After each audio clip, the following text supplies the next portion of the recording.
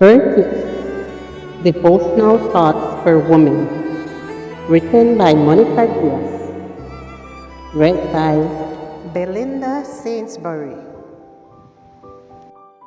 Good morning, dear friends. Today, August 28th, our devotional is entitled Simultaneously Jealous and Happy?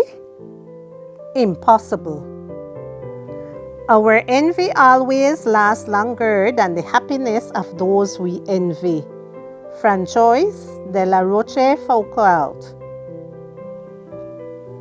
When recounting the scene in which Jesus was sentenced to death, Matthew and Mark included an interesting detail. Pilate knew very well that the Jewish authorities had handed Jesus over to him because they were jealous. Matthew 27 verse 18 and Mark 15:10. How can a religious leader go so far as to betray an innocent individual out of envy, hoping with that betrayal to have them condemned to death? How far would I go out of envy? To what extent would you go? Have you perceived in your own experience that at times you made decisions based on the envy you felt?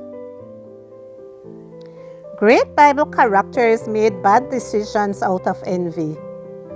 Rachel had not borne Jacob any children, and so she became jealous of her sister and gave Jacob her slave as a concubine.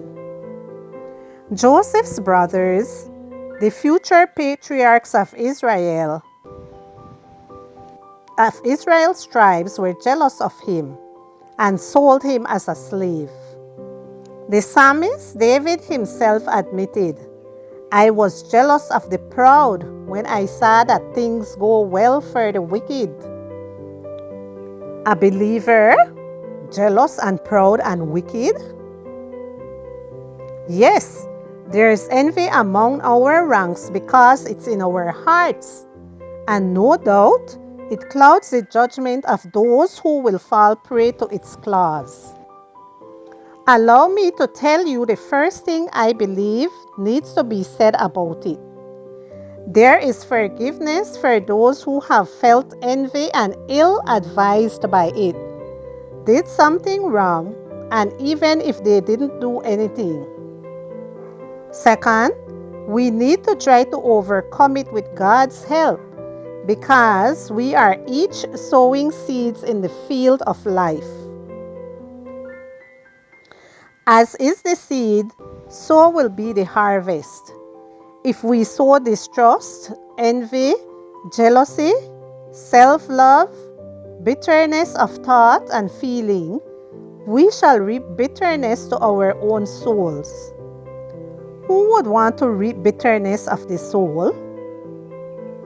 Therefore, it is very important to understand how this weed called envy works, and then be able to uproot it from our hearts with God's help so that we can bloom and have authentic fullness of life, becoming virtuous women.